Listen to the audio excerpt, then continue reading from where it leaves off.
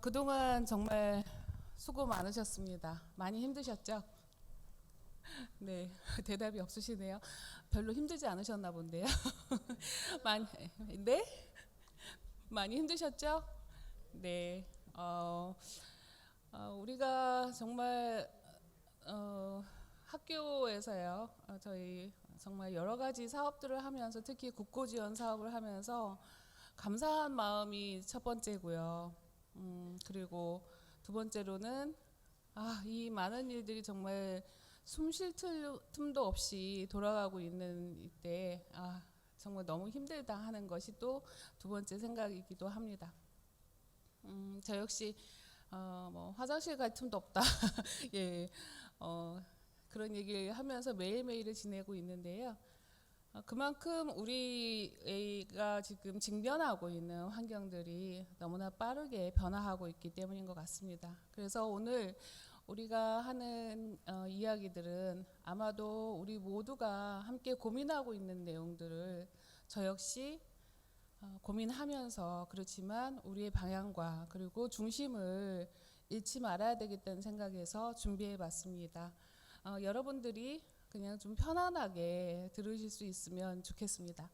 네, 오늘 제가 선정한 주제는 바로 인간다움과 미래다움입니다. 궁극에 우리가 공존과 공유의 패러다임에서 대학의 혁신이란 어떤 방향이어야 하는가, 이 부분에 대한 고민을 담아봤습니다.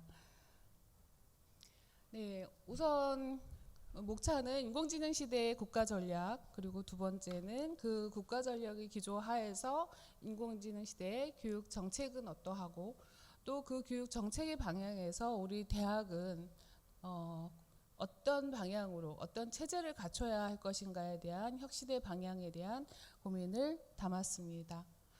네, 여러분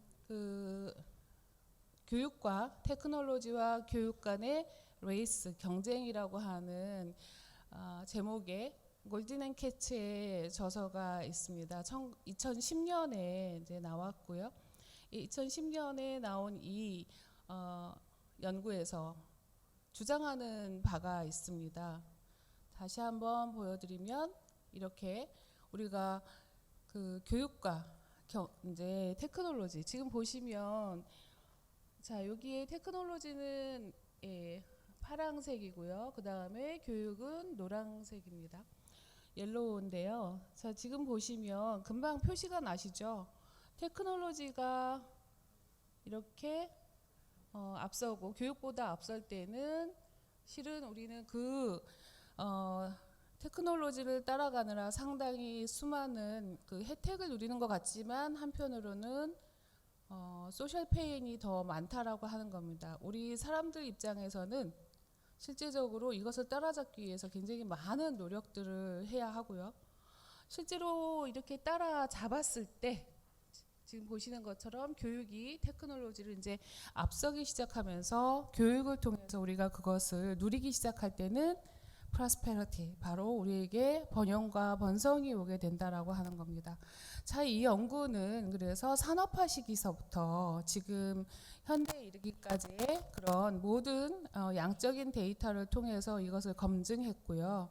그리고 최근에 다시 한번 Extended Race Between Technology and Education이라는 그런 논문을 또다시 발표를 했는데 그 논문에서도 역시 같은 맥락을 이야기하고 있습니다.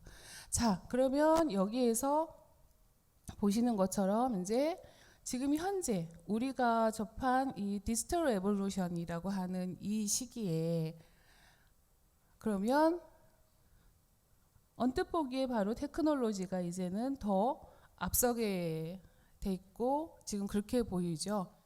어떤 그 전환점 안에 있다라고 하는 건데요. 이 시기에 그러면 우리는 어떻게 교육의 방향을 가져가야 될 것인가에 대한 고민이 굉장히 많은 부분입니다. 우리에게 소셜 페인이 올 것인가 아니면 프로스페러티가 올 것인가, 그것을 선택하는 것은 바로 우리에게 달려 있다라고 하는 거죠. 자, 이렇게 제가 여러분들에게 질문을 던지고 이제 시작을 해보도록 하겠습니다. 네, 이렇게 테크놀로지가 엄청나게 발달을 하면서 우리가 이제 특이점으로 다가가고 있다. 실제적으로 지금 우리에게 일어나는 변화들은 이렇게 모든 것이 집중되어 있고 그리고 우리가 그것을 다 따라잡기도 힘든 그런 상태이죠. 실제로 이 얘기는 많이 들어보셨을 겁니다. 그 중에서도 AI는 우리가 이제까지 최대의 발명이라고 하는 전기보다 그 영향력이 훨씬 더 클 것이다 라고 하는 겁니다. 그 영향력이 크다라고 하는 AI는 그러면 무엇을 통해서 일어나죠? AI 발달은 실제적으로는 데이터입니다. 자, 우리가 이렇게 AI에 대한 그런 아주 큰 파급력을 생각을 할 때 국가들이 모든 국가의 역량을 여기에 집결할 수밖에 없습니다.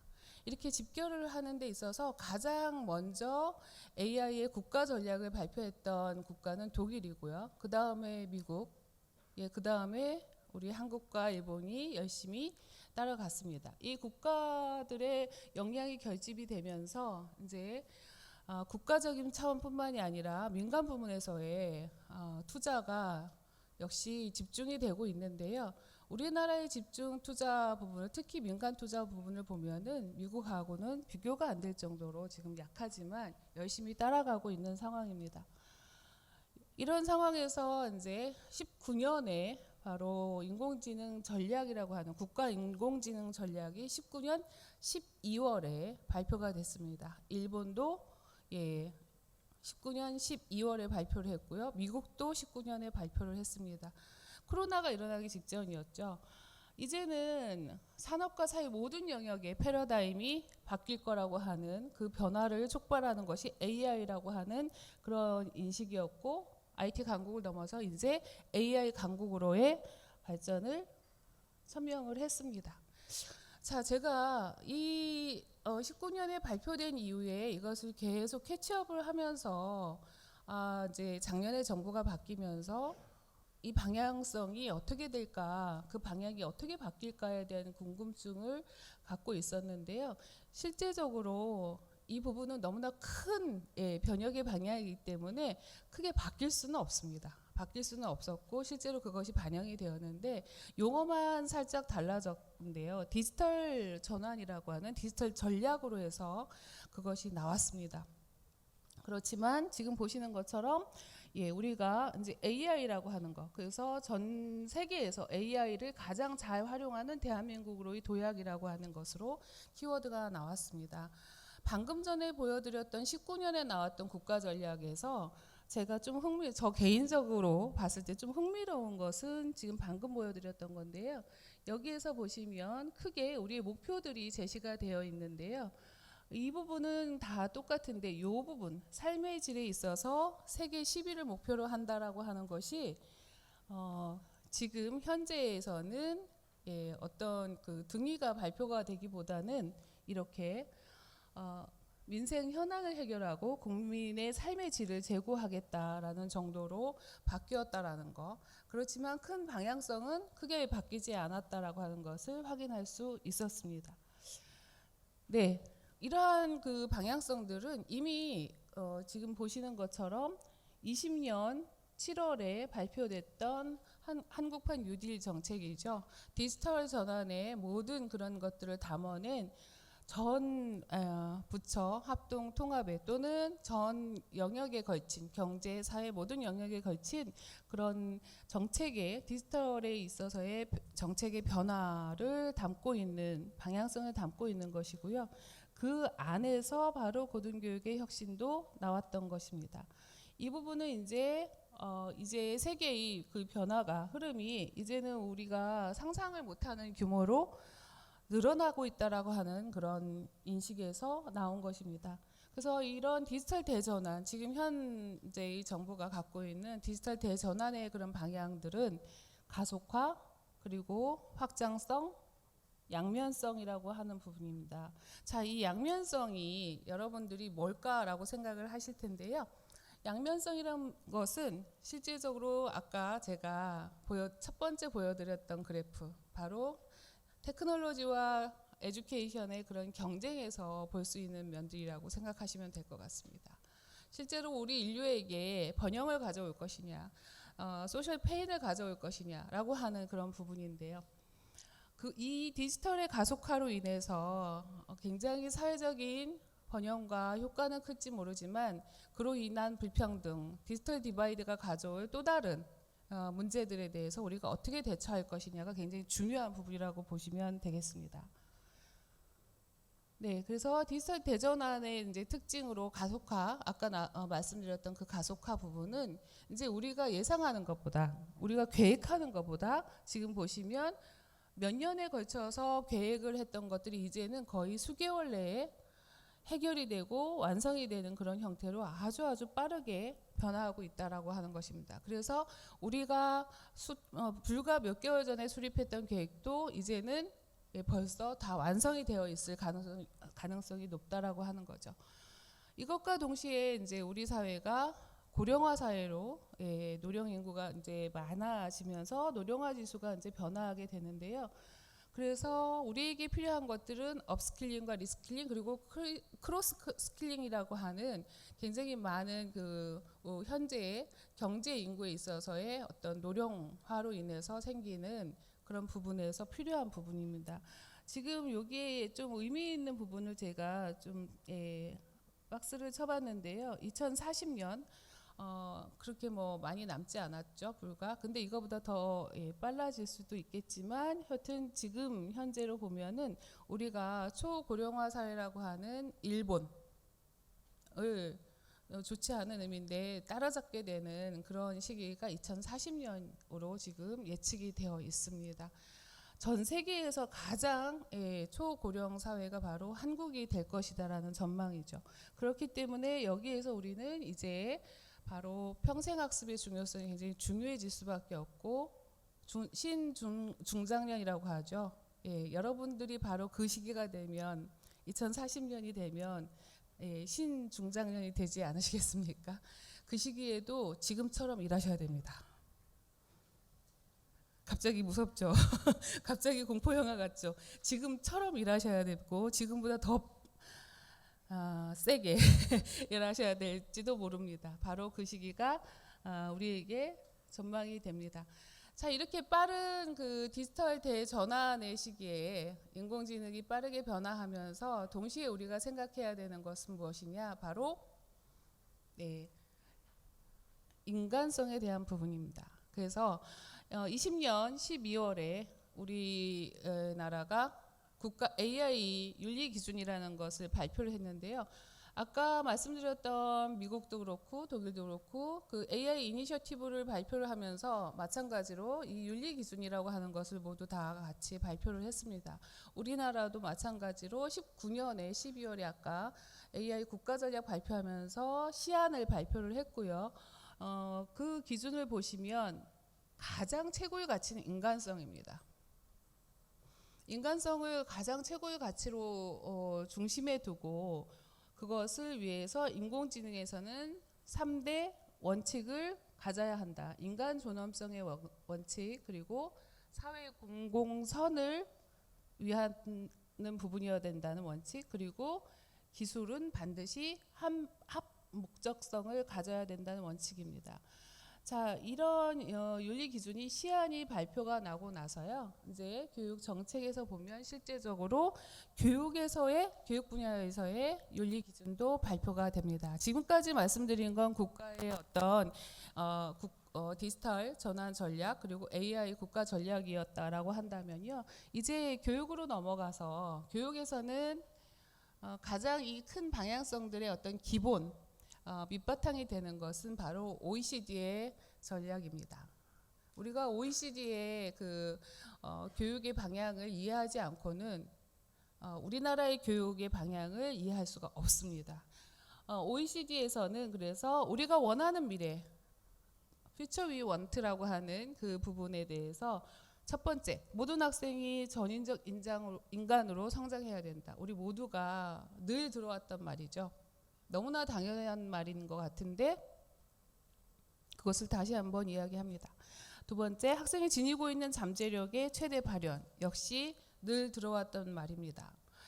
세 번째, 개인과 사회의 웰빙과 또 웰빙에 기초한 공동의 미래 사회 구축이라고 하는 이제 개인과 사회의 웰빙이라고 하는 부분을 이야기합니다.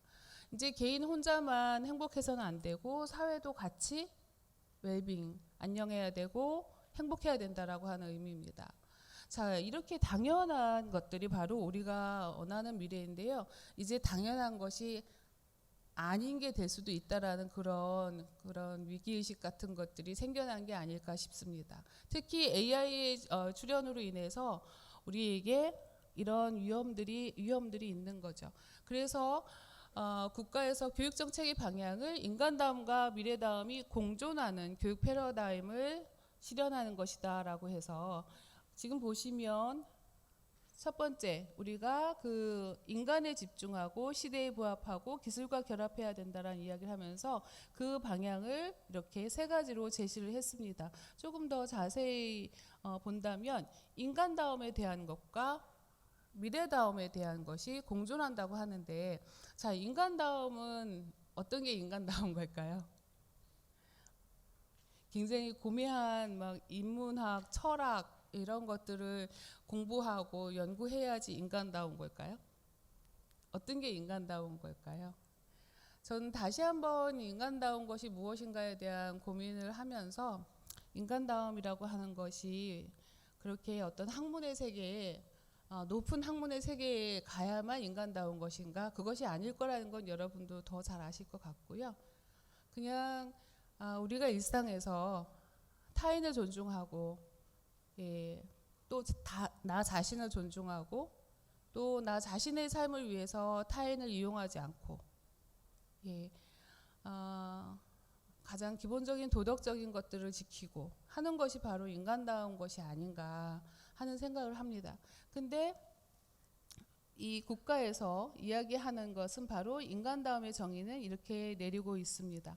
그래서 결국에 인간 삶의 질 개선과 행복 추구가 그 AI를 비롯한 모든 기술의 종착점이 되어야 한다. 아까 OECD에서 바로 Future We Want에서 말하는 인간과 사회의 웰빙에 대한 이야기입니다. 행복에 대한 이야기입니다.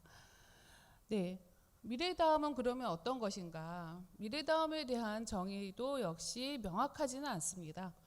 그렇지만 미래다운 거는 기존의 틀을 깨는 창의적 사고, 그리고 또 첨단 기술과 교육 환경의 융합을 통한 질 높은 학생 중심 교육, 그리고 AI와 공존하기 위해서 우리가 가져야 되는 윤리에 대한 거 아까 말씀드렸죠. 그리고 또 우리가 미래를 그것을 통해서 예측하는 거, 그 예측을 통해서 현재를 어떻게 수용해 나가고 어떻게 적응해 나가고 미래의 방향을 어떻게 잡을 것인가에 대한 고민을 하는 거, 이것이 바로 미래다움이라고 이야기를 하고 있습니다. 그래서 인간다움과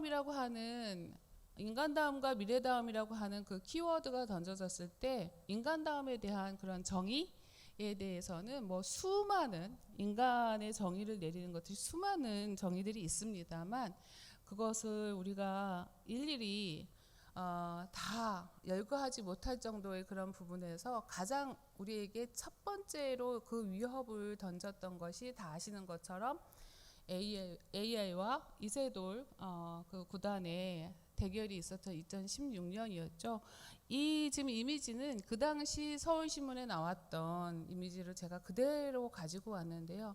바로 그때 AI가 인류에게 묻다. 인간다움이란 무엇인가? 라고 하는 그 큰 주제가 던져졌습니다. 이거는 한번 찾아보시면 다시 한번 그때 당시에 우리가 느꼈던 위협과 그리고 우리의 혼란 이런 것들을 느껴보실 수 있을 건데요. 가장 최근에 지금 아직 한 달도 되지 않았는데요. 철학가 서울대학교 철학과의 김기현 교수님이 인간다움이라고 하는 저서를 내셨습니다. 11월 말에. 거기에 이렇게 정의가 되어 있더라고요. 인간다움이란 공감을 연료로 하고 이성을 엔진으로 하며 자율로서 규범을 구성하는 성품이라고 되어 있습니다. 크게 세 가지 키워드죠. 공감, 이성, 자율입니다. 네. 이것은 한 달도 되지 않았다라고 말씀드렸지만 아까 2016년에 우리가 그 알파고와의 그런 대결에서부터 끊임없이 인문학자들이 고심해왔던 굳이 인문학자가 아니더라도 우리 모두가 다 도대체 나의 정체성은 나다운 건 어떤 거지? 인간다운 건 어떤 거지? 어떤 정체성을 고민하는 차원에서 그것을 다시 한번 그 기준을 제시한 것이라고 생각이 듭니다. 자, 그래서 교육 정책에서 보시면 지금 말씀드렸던 그 키워드가 그대로 녹아있는 것을 보실 수가 있습니다. 지금 보시는 것처럼 근본적인 질문에서 그러면 어떤 인재로 우리가 키워나가야 될 것이냐. 그 인재를 키워나가기 위해서 우리는 그럼 어떤 교육 환경을 만들어줘야 될 것이냐. 또 그러기 위해서 우리의 정책은 어떠한 과정을 준비해야 될 것이냐라고 하는 크게 세 가지 근본 질문이 있고요. 거기에서 바로 나오는 포인트들을 토대로 해서 정책 방향은 감성적 창조, 그리고 초개인화 학습 환경, 그리고 정책은 따뜻한 지능화라고 해서 데이터 기반의 지능화 정책을 이야기합니다. 22년의 방향도 역시 크게 다르지 않습니다. 조금 더 구체화되었죠. 교수들의 어떤 디지털 역량을 좀 더 강화해야 한다라고 하는 거. 이제 이런 디지털 기술을 활용해서 교수, 학습, 평가라고 하는 부분까지 모두가 변화되어야 한다는 것을 이야기를 하고 있습니다. 거기에서의 가장 기본은 우리가 아까 말씀드린 대로 AI 변화의 가장 기본은 바로 데이터로부터 시작이 된다라고 하는 그런 부분인데요. 지금 보시면 AI 방향이 AI 시대에 그런 교육이 나아갈 방향에 그러면 더 구체적으로 들어가 보시면 바로 아까 감성적 창조라고 하는 인재상을 제시를 했잖아요. 여기에서 중요한 건 바로 핵심 역량이다. 그리고 그 핵심 역량과 동시에 인간성, 윤리성 등 가치 판단에 대한 철학적 사유가 중요하고요. 그러니까 단지 우리가 역량을 키워주는 것뿐만이 아니라 내가 이것이 윤리적인 것인가에 대한 판단을 할 수 있어야 되고, 그리고 동시에 그것을 나 스스로 찾아가는 자기주도적인 셀프 패스 빌딩이라고 하는 내가 스스로의 길을 찾아가는 것이 필요하다라고 이야기를 합니다.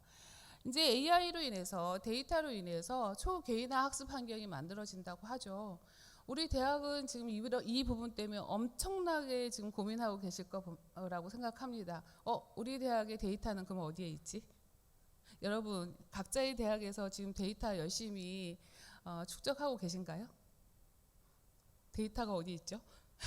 우리 학생들에 대한 데이터 무엇으로 축적해야 될 것인가 굉장히 고민이 될 것이고요. 데이터 설계가 가장 기본입니다. 우리가 지금 이 방향을 따라잡기 위해서는 다른 데이터를 가져와서는 우리 대학의 맞춤형의 그런 학습 환경을 마련하기가 상당히 어렵고요. 요즘 기술 좋으니까 그 업체들한테 돈만 주면 돼라고 생각하실지 모르겠는데 그것은 우리의 혁신의 방향이 아니라고 저는 생각합니다. 네, 정말 업체들 많이 있죠. 그렇지만 너무 비싸죠. 이미 다들 컨택트를 해보셨을 건데요. 특히 잘한다고 하는 대학들의 그런 시스템을 구축한 업체들 한번 컨택해 보시면 입이 벌어지고 그 다음엔 다물어지지가 않습니다. 예, 우리가 그걸 한다고 굉장히 어려운 문제인데요.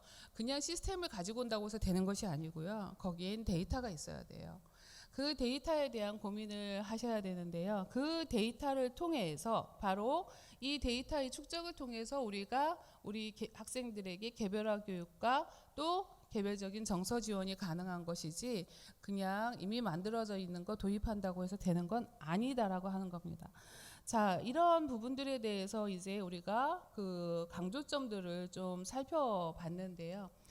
동시에 이제 AI 그 윤리에 대한 부분을 한번 동시에 보시면 이런 정책적인 기조에 깔린 부분에 있어서 22년 8월에 드디어 AI 그 교육 분야에서 AI 윤리 기준이 발표가 되었습니다. 아마 이 부분에 대한 관심들은 좀 상대적으로 덜 하실 거라고 생각을 하는데, 저는 20년부터 계속 아까 말씀드린 대로 이 윤리 기준에 대한 것에 관심을 갖고 지켜봐 왔는데요.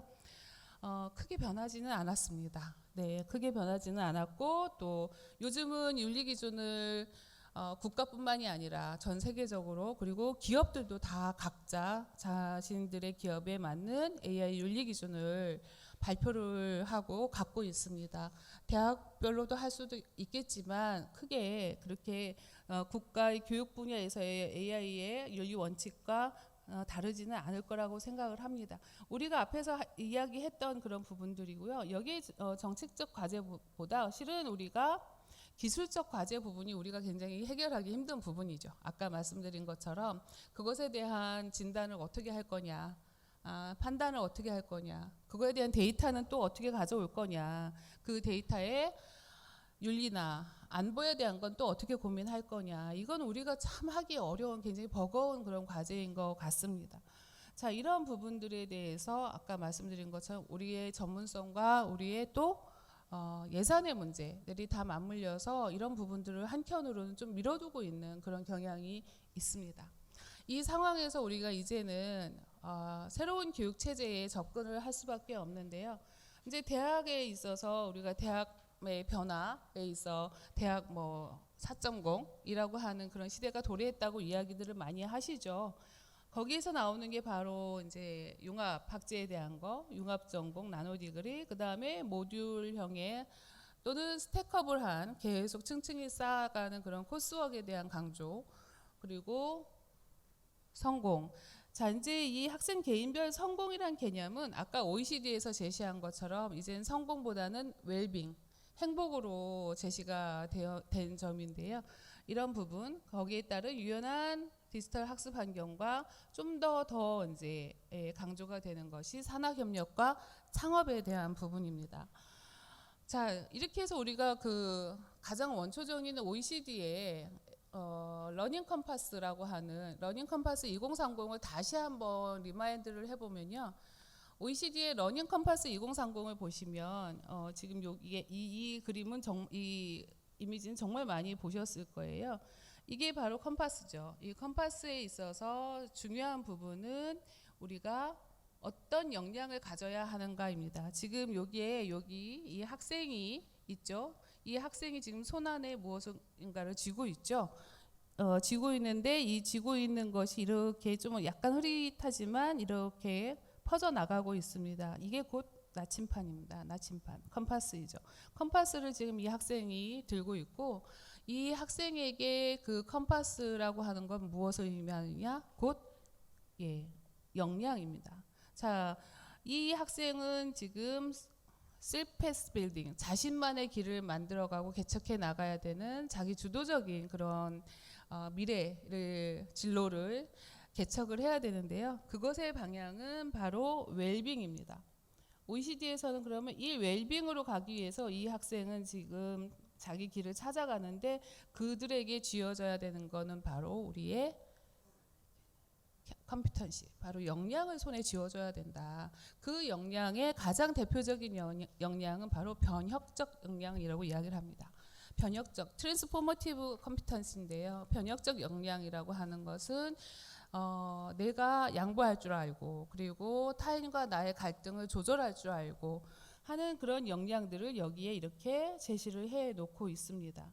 그래서 우리는 우선 요거의 어떤 그런 사이클을 보시면 anticipation, 처음에는 우선 예측을 해야 되고, 그 다음에는 액션으로 가야 되고, 내가 액션한 것에 대해서 리플렉션 할 수 있어야 된다라고 하는 이야기를 합니다. 이 세 가지의 사이클이 계속해서 돌아가는 AR의 어떤 사이클을 갖고 우리가 이 학생들이 이 역량을 계속해서 키워나가도록 이들에게 컴파스, 나침반을 쥐어줄 때 우리의 역할은 다 하는 것이다. 여기에 우리의 역할이 거기 바로 코-에이전시로 되어 있습니다. 우리는 행동 주체성, 학생들이 스튜던트 에이전시로서 행동 주체성을 갖게 하기 위해서 우리는 코-에이전시, 함께 노력하고 함께 도와주는 코 에이전시의 역할을 해야 된다.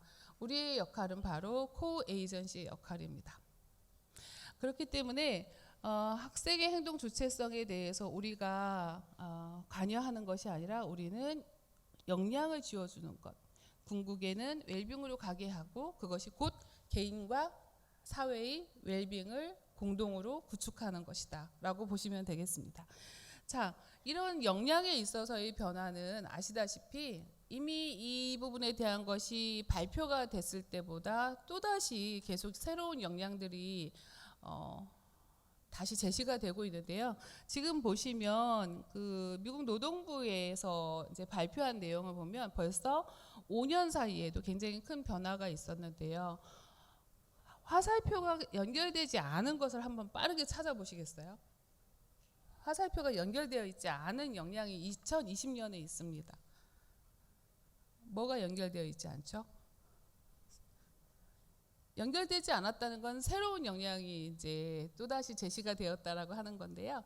지금 보시면 가장 불변의 1위는 뭡니까? 네, 문제 해결 역량입니다. 복합적인 문제 해결 역량. 자, 그런데 연결이 되지 않고 새롭게 제시된 것이 있죠. 그게 첫 번째가 찾으셨습니까? 네, 감성 능력. 그 다음에 또 하나, 제일 마지막에 있죠. 인지적 유연성에 대한 겁니다.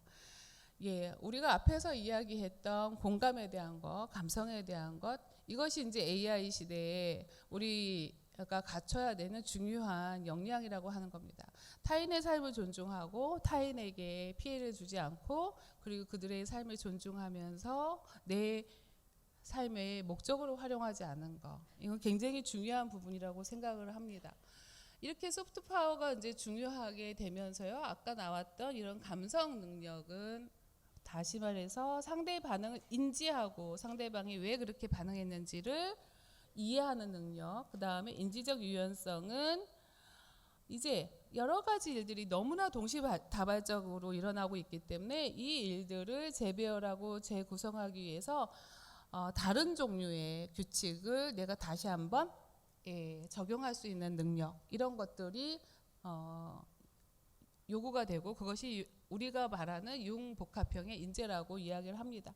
뭐 우리나라도 크게 다르지 않습니다. 제가 이것은 이제 외국의 사례를 방금 말씀드렸는데 우리나라에서도 실제로 대기업에서는 가장 중요한 건 혁신적 사고로 도전을 하는, 그리고 동료를 존중하는 인재가 대기업에서의 공통적으로 원하는 인재.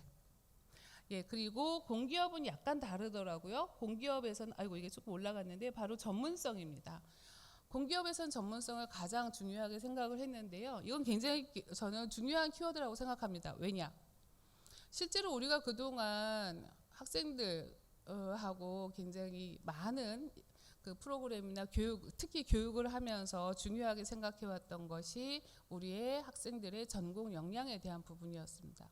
전공 직무 역량에 대한 걸 굉장히 강조해 왔는데 이제 새롭게 융합 역량이 강조가 되고 그것이 들어오면서 많은 분들이 헷갈려 하세요. 그러면 이제까지 가르쳐 왔던 직무 역량은 그럼 어떻게 되는 거죠? 교육부의 정책이 바뀌었으니까 과감하게 버려야 되나요? 그렇지 않죠. 저는 만약에 우리 학생들이 직무 역량이 제대로 갖춰지지 않았는데 융합 역량이 갖춰질 수 있을까? 이거는 너무나 간단한 답이겠죠.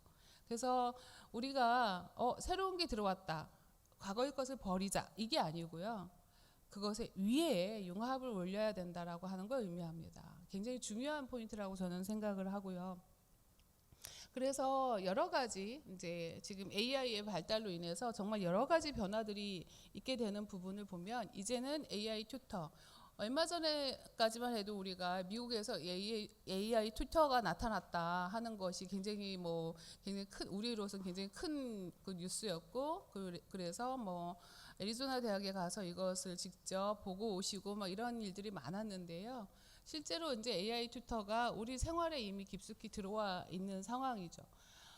지금 많이 아시겠지만 SM 엔터테인먼트 다 아시죠? 다 아시죠? SM 엔터테인먼트, 이거는 저희 그 혁신지원 사업 총괄협의회에서 웨비나에서 발표가 됐던 내용입니다. 그래서 이 총괄협의회 웨비나를 열심히 이제 좀 들어보시면 유튜브 생중계 동시에도 하고 계속 남아 있으니까 찾아보시면 좋은 내용들이 굉장히 많은데요. 그 SM 엔터테인먼트의 대표가 오셔서 발표했던 내용입니다. 그 SM 엔터테인먼트는 이미 SM 인스티튜트를 이제 설립을 하고 그 설립을 하는 데서 보시면 그 온라인 국제 고등학교를 설립하는 그런 운영을 하고 있고요. 그래서 전 세계의 학생들이 SM의 그런 교육 과정을 배우기를 원할 때 거기에 들어와서 배울 수 있도록 하는 그런 부분입니다. 그러면 전 세계의 어떤 스타를 꿈꾸는 그 학생들이 그 교육 과정을 무엇으로? 결국에 온라인 고등학교잖아요. 온라인으로 모든 걸 다 하는데 거기에 핵심 바로 AI 튜터라고 하는 겁니다. 지금 보시면 학생들은 자신이 자유롭게 학습 활동을 하고요. 거기에 다만 그것을 동영상으로 다 찍고 그것을 코치해주는 AI 튜터가 있는 겁니다. 그래서 그 AI 튜터는 이 학생들이 춤을 출 때 예를 들면 발의 각도를 15도 정도 더 올려. 이런 것들을 일일이 다 코칭을 해주는 거죠. 이렇게 그 혁신 기술을 이용해서 AI 기술을 이용해서 바로 구체적으로 이 학생들의 학습이 이루어지고 평가가 이루어져서 상당히 과학적이고 체계적으로 평가가 됩니다. 뭐 이미 여기에도 계실 것 같은데 많은 대학들에서 이런 메타버스를 활용한 거나 또 VR, AR을 활용한 그런 교육을 위해서 굉장히 노력을 하고 계실 거라 생각을 합니다. 이 부분의 가상학습 환경, 아까 나왔었죠? 우리가 유연한 디지털 학습 환경을 마련해 준 것도 굉장히 중요하다라고 이야기를 하고요. 실제로 그거에 맞는 학습 기술이 발달이 되고 있습니다. 자, 그런데 중요한 건 아까도 말씀드렸듯이 데이터입니다. 이 데이터 부분인데요. 지금 현재의 데이터는 우리 대학마다 각자 제가 지금은 구축을 하실 수밖에 없다라고 말씀드렸죠.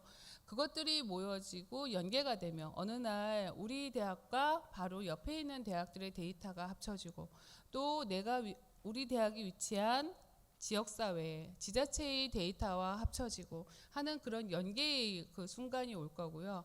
그 벽이 허물어지고 또 중요한 거는 지금 보시는 것처럼 이제 그 학생 개인을 두고 봤을 때 그 학생의 개인 이력이 고등학교, 대학교 예를 들어서 대학원까지 간다고 하고 또 아까 말씀드린 것처럼 평생 학습으로 간다고 할 때 그 데이터들이 계속 연결이 된다라고 한다면 가장 이상적인 것이 되겠죠. 방향성은 바로 그것으로 가게 될 것 같고요. 이러한 어떤 그 안은 쉽게 이루어지는 것은 아닙니다. 그렇지만 지금 굉장히 많은 대학들, 많은 지자체에서 이것을 고민하고 있고 저 역시도 지금 라이즈 사업에서 이 부분을 굉장히 고민을 하고 있고 구상 중에 있습니다. 네, 라이즈 사업은 지자체랑 연결되기 때문에 지금 우리 대학 또 타대학, 우리 권역에 위치한 타대학과의 그런 데이터들을 지자체와 어떻게 연계할 것인가 라고 하는 것에 대한 고민을 같이 하고 있는데요. 이런 것들이 이제 만들어지게 된다면 훨씬 더 우리가 이 유초등부터 고등, 평생 직업교육까지 다 연계되는 그런 세상이 오게 된다라고 하는 그런 이야기입니다. 그렇기 때문에 이러한 데이터들을 열심히 모으는 이유는 결국에는 개인 맞춤형의 개별화된 그런 교육에 조금 더 다가가기 위한 건데요. 이제 개별화 교육은 아까 대학 4.0의 가장 중요한 부분이 됐다고 이야기를 했죠. 그렇게 되면 여기에는 바로 개인별 인텔리전트 ITS라고 하죠. 이제 인텔리전트 튜터링 시스템이라고 하는 것이 ITS가 지금의 가장 대세인 부분입니다. 그래서 이제는 학생들의 학습뿐만이 아니라 정서에 대한 지원까지 한다라고 하는 그런 내용인데요. 교육에 있어서도 보시면 지금 대학들이 굉장히 빠르게 변화하고 있는데 개인별 맞춤형의 교육 제도 또 학사 제도를 추천해주는 시스템을 도입하는 그런 학교들이 많이 늘어나고 있습니다. 자, 이거는 서울특별시 교육청의 자료인데요. 올해 나온 겁니다. 지금 보시면 제가 왜 교육청의 자료를 보여주지라고 생각을 하실 텐데 아까 제가 데이터의 통합이라는 얘기를 말씀을 드리면서 아까 중고등학교, 대학원까지의 데이터의 연계를 말씀드렸잖아요. 이 데이터의 연계에서 보면 실은 중고등학교 어찌 보면 그 이전이 초등학교부터 시작을 하게 되는데 그 데이터라고 하는 것은 가장 기본적으로 어디에서 나오냐 하면 바로 교육 과정에서 나오게 됩니다. 교육 과정에서 나오게 되는데 우리나라의 교육 과정은 아까 OECD에서 발표한 OECD 에듀케이션 프레임워크의 기초에서 우리나라의 교육 과정도 그 방향으로 바뀌었고요. 그래서 이미 2015년부터 역량 기반 교육 과정으로 중고등학교 교육 과정이 다 바뀌었습니다. 그리고 2022죠. 작년에 또다시 그것이 업그레이드 되었는데요.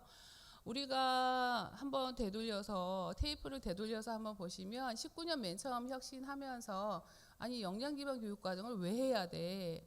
이게 뭔데? 이런 말씀들을 굉장히 많이 하셨던 걸 기억하실 거예요. 근데 저는 다른 거 다 필요 없고 우리한테 오는 학생들이 2015년부터 이미 역량 기반 교육 과정으로 배우고 있는데 우리는 엉뚱한 소리를 한다? 그러면 대학이 제대로 이게 교육에 연계가 되는 걸까요? 아까 우리 총괄협의회 송 회장님하고 개인 사담을 나누면서 아주 정확하게 오늘 제가 할 이야기를 말씀을 하셨는데 초, 중고등학교의 교육 학습 환경이 너무나 잘 돼 있고 빠르게 변화하고 있는데 거기에 잘 적응하고 있다. 근데 대학은 거기에 적응을 못해서 학생들의 불만이 굉장히 커지고 있다. 예, 이 이야기하고 같은 맥락이라고 보시면 될 것 같습니다. 벌써 학생들은 모든 교과가 AI 기반의 주제 중심의 융합 프로젝트를 운영을 하고 AI의 진로 교육을 받고 있고 또 AI 기반의 교육과정의 선순환 체계, 평가와 질 관리까지 이루어지고 있는데 우리 대학이 이것을 못하고 있다면 뭐지?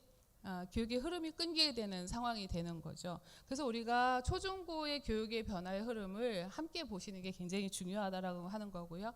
아까 얘기한 것처럼 주제 중심의 융합교육은 바로 이런 식으로 콘텐츠를 본인이 선택할 수 있는 그런 교육 체계로 가는 거죠. 이미 다 아시는 것처럼 전 세계의 그런 교육들이 이렇게 이미 바뀌고 있고 그래서 실제 사례들을 보시면 너무 많으니까 이거는 굳이 말씀 안 드려도 될 것 같아요. 이렇게 갖고 있고 그래서 하버드 대학조차도 이제는 반드시 학위 수여자가 오프라인의 그런 교육 과정을 1년 동안 최소 1년 이상 캠퍼스에 있어야 된다는 그런 규정도 이제는 개정을 했다라는 것을 볼 수가 있습니다. 그래서 저희는 이렇게 빠르게 변화하는 데서 주목해야 될 것은 무엇이냐? 결국에는 이것에 따라가지 못하는 학생들 또는 실은 저도 못 따라가고 있는데 못 따라가고 있는 학생들 아니면 그것을 보살핌을 받아야 되는 학생들은 오프라인에서 여전히 우리가 관심을 가져야 된다는 거죠. 그래서 대학마다의 그런 굉장히 큰 고심으로 많이 하고 있는 게 학생의 대학 적응력에 대한 거고 지금 우리에게 주어진 그 키워드를 보면 융합교육과 진로라고 하는 것으로 혁신지원 사업의 키워드가 주어져 있는 거는 아실 거예요. 그러면 그 진로에 있어서의 가장 중심은 뭐냐? 이 학생들을 융합이라는 것이 막 펼쳐져 있어요. 막 펼쳐져 있는데 무엇을 선택해야 될지 몰라. 학생들이 자기가 원하는 것이 무엇인지도 모르는 학생들이 대다수인데 아이들은 알아서 갈 거래. 실은 그렇지 않은 거죠. 아이들은 알아서 가지 못하는 경우가 많을 수도 있다는 겁니다. 자기가 진짜 원하는 것이 무엇인지 모를 수도 있을 때 우리가 그 학생들이 일단은 적응할 수 있도록 자신이 원하는 것이 무엇인지 알 수 있도록 자기에 대한 이해를 할 수 있게 하고 타인에 대한 이해를 할 수 있게 하고 자신의 진로에 대한 이해를 할 수 있게 하고 이것이 굉장히 중요한 부분이라고 하는 겁니다. 그래서 이런 것들을 하기 위해서 이제 국가가 다른 한편으로는 바로 이 디지털 디바이드에 대한 격차에 대한 그런 고민을 할 수밖에 없다라고 하는 것이 중요한 또 주제이고요. 거기에서 우리가 생각해야 되는 것이 바로 인간다움이라고 하는 겁니다. 제가 그래서 인간다움과 미래다움이 공존하는 교육 패러다임을 할 때 왜 미래다움이 먼저 안 나오고 인간다움이 먼저 나왔을까에 대한 생각을 했어요. 우리가 사람이니까, 우리가 인간이니까 너무 당연한 거 아니야? 라고 생각을 하실 수도 있을 것 같은데, 저는 기본적으로 미래다움을 고민을 할 때 인간다움이 먼저 우리가 고민이 안 되면 미래를 고민하는 것이 의미가 옅어진다라고 생각을 합니다. 그래서 인간다움의 방향에 대한 것을 먼저 고민하는 우리들이 되어야 한다라고 하는 거고요. 그러기 위해서는 바로 이 디지털의 어떤 디바이드를 격차를 어떤 관점으로 해소해야 될 것인가가 정책 방향으로도 나오고 우리 스스로도 교육 현장에서 고민해야 되는 부분이라고 생각을 합니다. 지금 보시는 것처럼 이것이 그래서 데이터에 기반을 두고 할 때 결국에는 학생들의 그 지원 정책은 이제 학생 맞춤형으로 가게 되는데, 그 맞춤형에 있어서는 우수한 학생뿐만이 아니라 소외되어 있는 학생, 굉장히 다양한 경로로부터 온 학생들에 대한 고민을 담고 있는 정책이어야 한다. 그 다양한 경로 중에 요즘 가장 핫이라고 표현해야 될까요? 가장 이슈가 되고 있는 것 중에 하나가 이제 아까 보여드렸던 것처럼 성인 학습자들에 대한 고민. 네, 성인 학습자들에 대한 고민도 함께 있어야 된다라고 하는 겁니다. 자, 여기에서 다시 한번 제가 맨 처음에 보여드렸던 테크놀로지와 교육 간의 경쟁에 있어서요.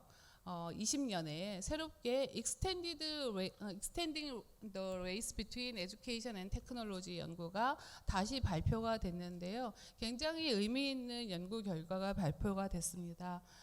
똑같은 그림인데요. 실제로 보면, 그러니까 그 내용에서 보면 임금 격차에서 교육에 따른 임금 차이가 예전에는 그 임금 격차의 한 75%를 설명을 했다고 해요. 그 예전은 언제냐면 2000년 전까지입니다.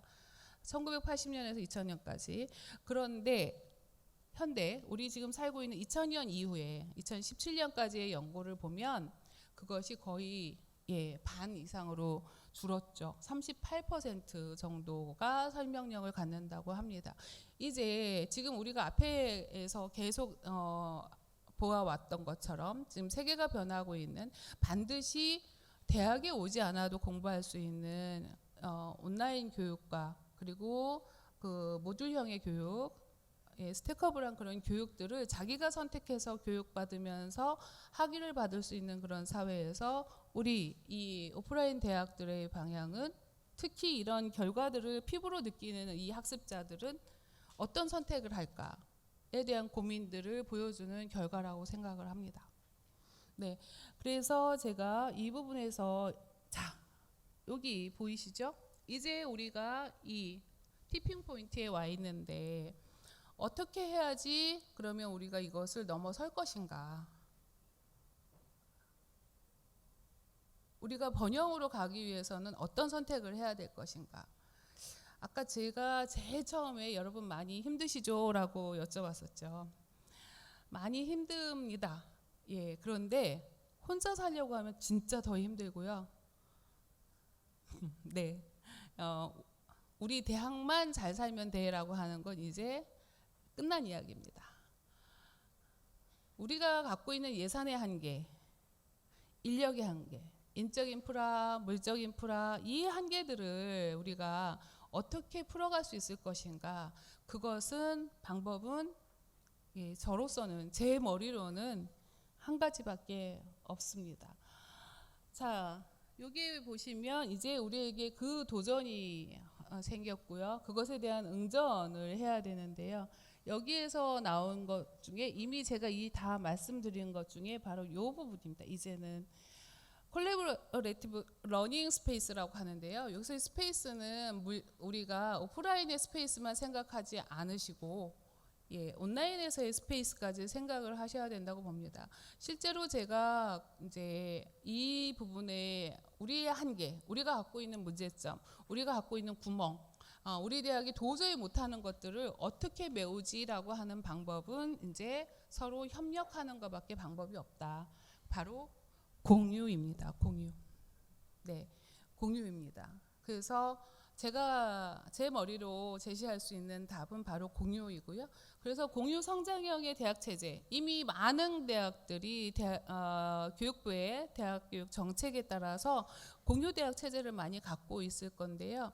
제가 실제로 저희 대학에서 해보니까 우리 대학 체제를 바꾸지 않고 문의만 공유를 하려고 하면 진정한 공유가 되지가 않습니다. 우리가 먼저 체제를 바꿔야 돼요. 학사 제도를 바꾸지 않고 규정을 바꾸지 않고 할 수 있는 건 아무것도 없습니다. 우리 걸 먼저 오픈해야 되고요. 데이터도 우리 걸 먼저 오픈해야 됩니다. 굉장히 중요한 부분이라고 생각을 하는데요. 거기에 있어서 인적 자원의 공유, 물적 자원의 공유, 교육 과정의 공유, 굉장히 많은 유형의 공유가 있을 수 있죠. 공유 대학에 대한 그런 연구를 보면 실제적으로 가장 많이 선호하는 것은 인근 지역과 공유하는 것입니다.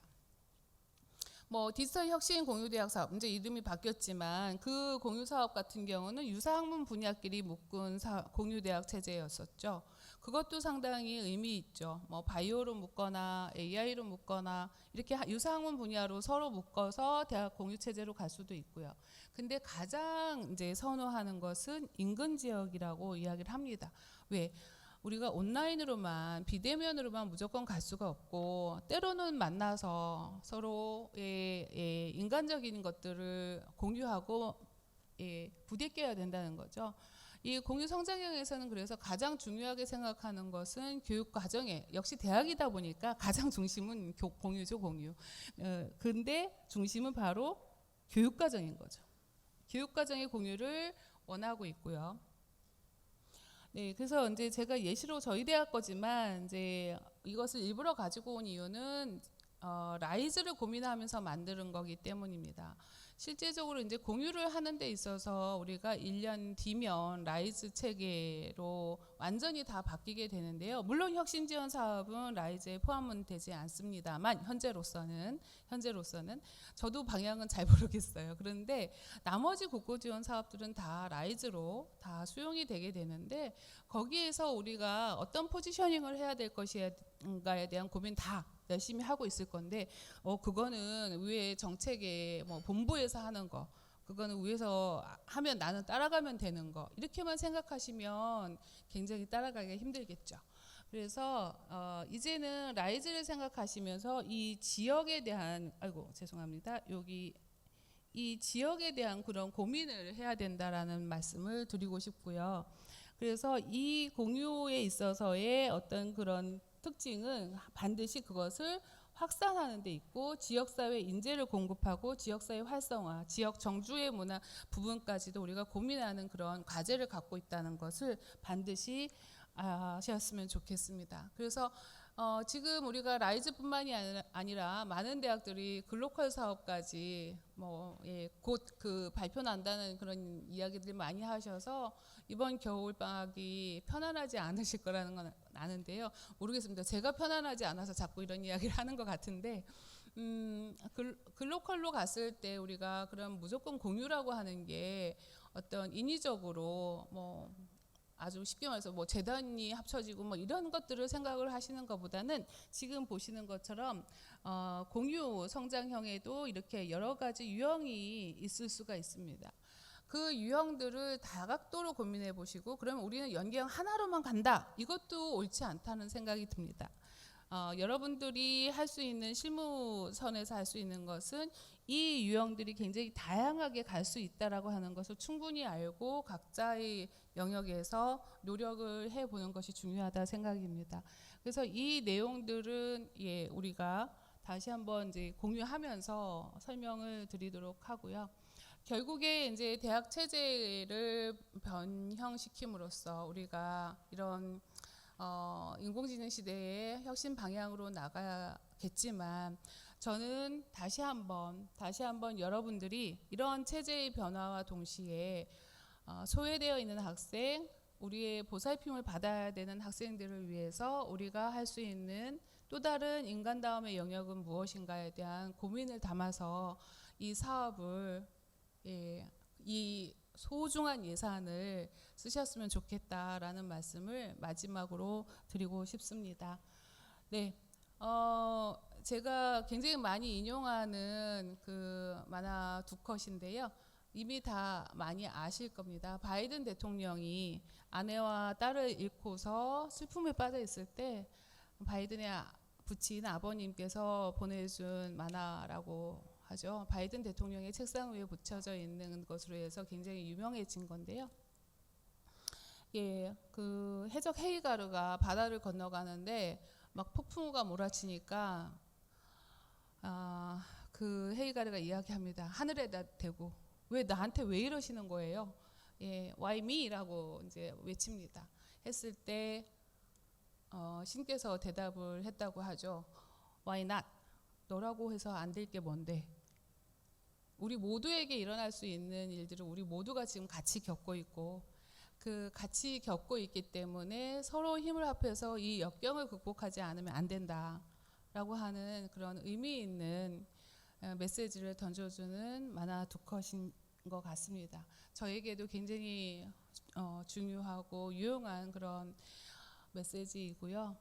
그래서 역시 굉장히 제가 좋아하는 앨리스 이야기인데요. 앨리스가 이상한 나라에 갔을 때 막 헤매면서 길을 잃고 헤매고 있을 때 갈림길에서 채치 고양이를 만납니다. 고양이한테 물어보죠. 내가 어디로 가면 되지? 좀 알려줘. 근데 고양이가 대답을 하죠. 너가 가는 게 길이고 너가 가는 게 답이야 라고 이야기를 합니다. 결론은 참 씁쓸하지만 내가 가는 곳이 내가 만들어내는 것이 바로 길이라는 것. 우리 학생들에게 너 스스로 셀프 빌딩해. 너희 스스로의 길딩을 찾아가라고만 이야기하는 것이 아니라 우리 스스로 모두가 이 길을 함께 찾아가야 되는 게 아닌가라는 생각을 하게 됩니다. 여러분들이 가는 길은 무엇이든지 다 옳습니다. 예, 학생들을 위한 것이라면 저는 이것에 대한 확신으로 이 길을 가고 있습니다. 네, 우리 모두 서로 돕고 끝까지 살아남읍시다. 네, 이것으로 마치겠습니다. 감사합니다. 네, 강연 잘 들었습니다.